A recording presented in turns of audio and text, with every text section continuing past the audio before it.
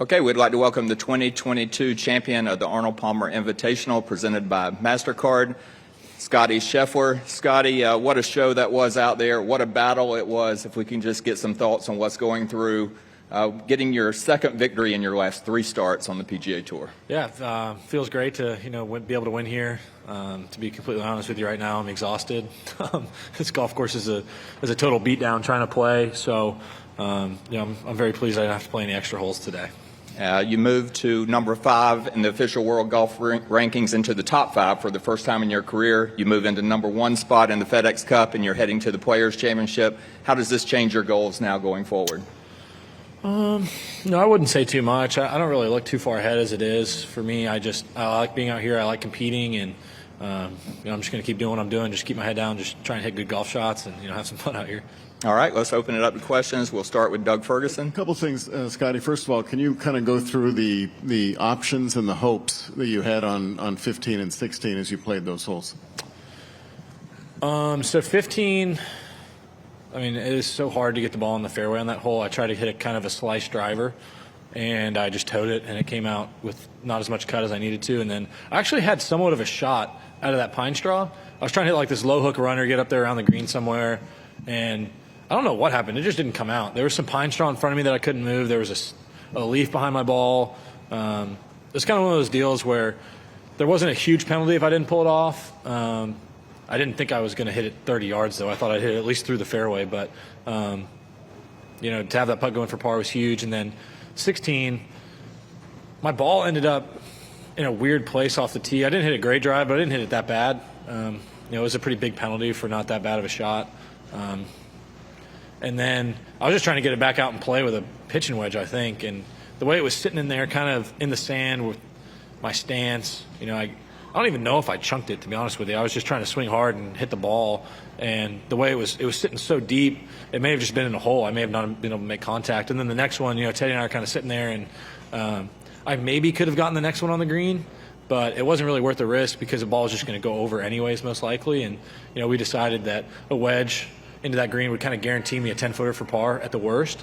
And, hit a nice layup shot and, a really, really good wedge and then a great putt. And then you want 17, 18 too? Those were pretty big, but, you just had to putt it. You had to putt it really good, it looks like. Yeah. Those lag putts at the end were pretty tough. It's not really a comfortable position having to hit it to 50 feet and try and 2-putt with the lead, but, I just trusted myself and, played conservative the last 2 holes, and, pars were good enough. Were those 2-putt pars, were they just as difficult pars as the 2 previous ones? The one on, 15 and 16, 15 was brutal. I got up and down from like 150 yards out of the rough, and then 16's an easy par 5, and so there's a little bit of shock when I have to lay up and try and make par from 65 yards versus going for the green in 2. It's, that was probably the most difficult, just because I expected to have a really good look for birdie at the worst, and all of a sudden I'm grinding for par. So for me to stay in it mentally and just kind of keep grinding on that hole was huge. Okay, let's go to Ewan, 4th row in the middle, and then over to Ron. Scottie, congratulations. Can you explain, please, if your mindset has changed post-Phoenix? When you win again so quickly after winning, it looks as if a switch has been flicked or something in your head. Is that a fair comment, or was it just a continuation of the same? I think it's just a continuation of what I've been doing, what I've been working on. I put a lot of work in at home, on my game and then in the gym, and so my body feels great. And I've been able to play some good golf, and I've been hitting it really nicely. And I've just made little improvements over the years, and I'm starting to see them pay off a little bit, which is really awesome. Okay, let's go to Ron. Could you speak to just how difficult it was out there? I think 6 guys shot 80 or higher, only 2 guys broke 70. Did you feel like you were just skating on thin ice the whole day? Yeah. Par is a pretty good score on every hole out here that I can really think of. Never upset with a par. And I thought today, after the way yesterday went, I thought they'd take it a little bit easier on the golf course, but the setup was harder today than it was yesterday, which surprised me a little bit. So I kind of went into today thinking I need to shoot maybe a couple under, and it turns out even was good enough. And it's the way the greens are. Making putts out here is so hard. There's not a lot of friction on the greens, and with the way the wind is blowing, any little bit of a gust has such an extreme effect on the golf ball. It's so difficult. All right, let's go to Brantley in the middle, and then Mark and Michael.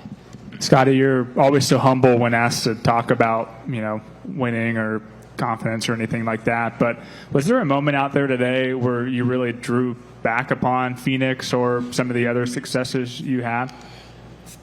Yeah, I think, Teddy and I did a good job of kind of staying really patient today. I made some silly mistakes at the beginning of the round, some bogeys here or there, but, I kind of just kept telling myself that, basically that I was, I feel like I'm good enough to win. And so I don't really have to do anything crazy. I just have to play good golf. And today was so challenging, and it's such a grind. I think mentally just staying in it was the most important thing.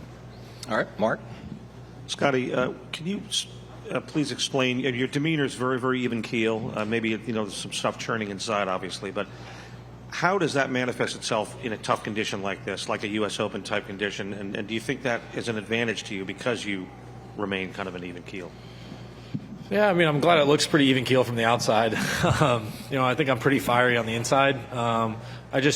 When you get on such difficult golf courses like this, you just have to kind of keep your head down and know that mistakes are going to come. You're going to get bad breaks. You're going to hit really good shots that turn out really bad. And it's just stuff that's going to happen out here just because the golf course is so difficult. And, today and, really all this week, I did a good job of just keep fighting back. Really just kind of battling the golf course the whole time. Okay, Michael. Thank you. Scottie, just to follow up on that same theme, you got a really difficult golf course, and guys like Gary Woodland and Rory McIlroy, Graham McDowell, guys have won U.S. Opens. I know it's not a U.S. Open, but just in terms of the difficulty, did it sort of feel like one? Definitely on the weekend with the way the wind was and, how fast the greens were. Like I said earlier, I was surprised they continued to push the setup today. The greens I think were faster than they were yesterday, which really surprised me because, yesterday borderline got out of hand, and today it was just brutal again. So it was definitely pretty difficult. All right, Edgar. Yes, Scottie, you said you're glad it looks even keeled, even though it isn't. But you thrived at the Ryder Cup. Phoenix is a nuts scene, and then this golf course is a whole nother level. What does it tell you about yourself and your ability to kind of handle this kind of difficult situations? I think so. Deep down, whatever I'm doing, I'm really competitive in it. It seems like my wife will tell you that I'm competitive when we're playing board games or whatever we're doing. I'm usually really competitive, and so when the conditions get really tough and the fields get really good, I think I get excited. That's why I practice. I practice to come out here and compete. I work hard, and being in these moments is really fun. And I kind of like the challenge of harder golf courses and harder conditions. Okay, let's go over back right. Could you tell us a little bit about your battle with Viktor Hovland and also your views on him both as a competitor and a player? Well, first of all, Victor's just a tremendous player. He hits the golf ball so solid. And, he doesn't really have any weaknesses in his game. He just hits it really good. And, he putts it good. His chipping is improving so quickly. And he's a tough competitor. And, we had some battles with him at the Ryder Cup this year. This was the first time, we've been down the stretch together. And, he's won a few times out here. He's an extremely talented guy. And, I'm very pleased to be able to come out on top this time. But, I'm looking forward to battling with him again in the future. Okay. Additional questions? Let's come back to Doug.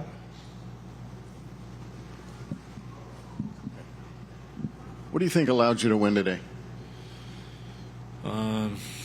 Two putt in 18, I guess.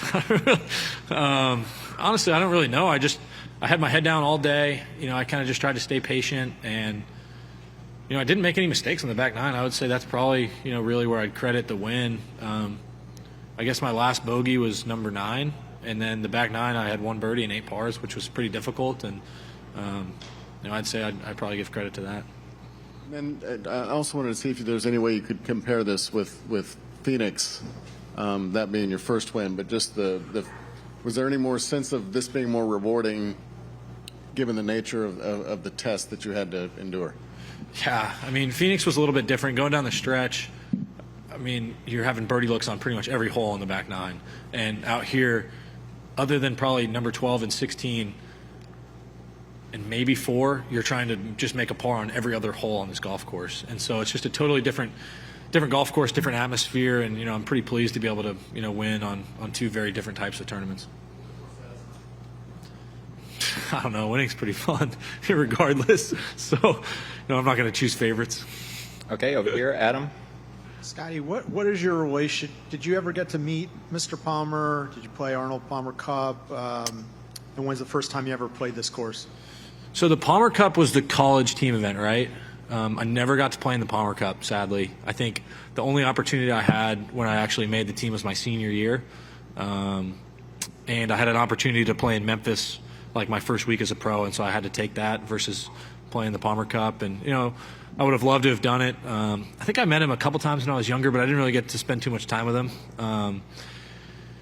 You know, it's just one of those things, you kind of watch his legacy, and, you know, he's such a great guy on the golf course and off the golf course. And so, you know, the work he's done, whether it's here at Bay Hill through the Palmer Foundation, you know, he's really just a really special person that we all look up to.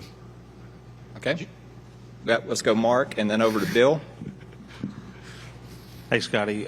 In what ways did your sisters and your parents kind of shape you and your personality? If you look back on it now. So my mom worked when I was a kid, and my dad stayed home with me and my sisters. So I would say, you know, a lot of my personality probably comes from my dad. My dad is fiercely competitive like I am.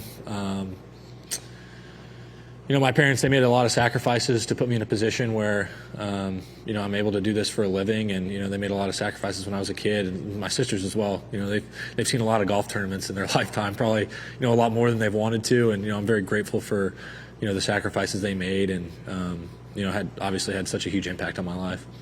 And your grandma's here. She seems to be a star. She is. Grandma is 86. 87, golly. 87 next week. Okay. Did you walk? How many holes did you walk today? All 18. So good genes. Let's give Grandma a round of applause. All 18 holes. Yeah. So first win, it was really special just having me and Meredith there. You know, Meredith obviously knows me better than anybody, being my wife, and she knows how hard it is when I don't win. And so being able to celebrate a win is pretty special. And then to have my parents here for this one is extremely cool, you know, with all the sacrifices they made growing up. And I'm just really pleased. All right, we'll take a few more. Let's go, Bill.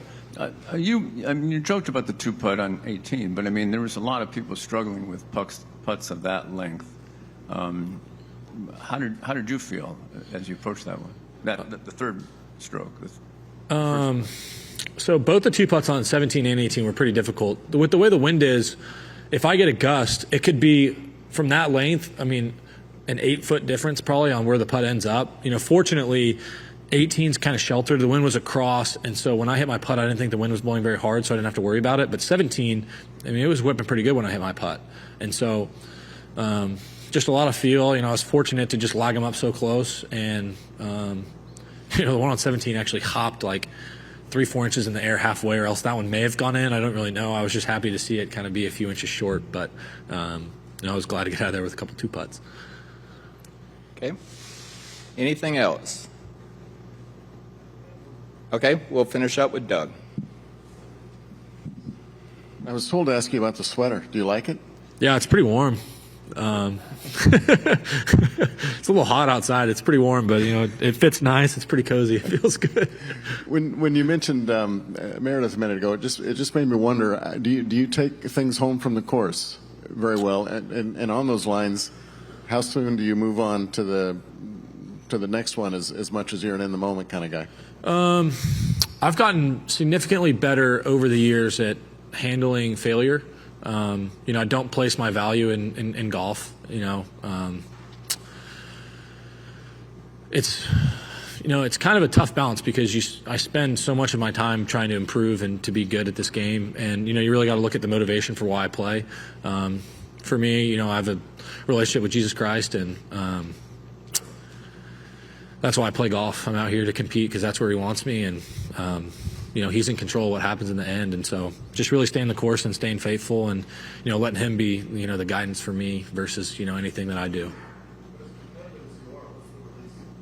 You know, that's not my value. You know, that's not where I place my value. You know, Meredith's not going to look at me any differently if I win, you know, 50 times out here, if I, you know, lose my card next week or whatever it is, or get kicked off the tour.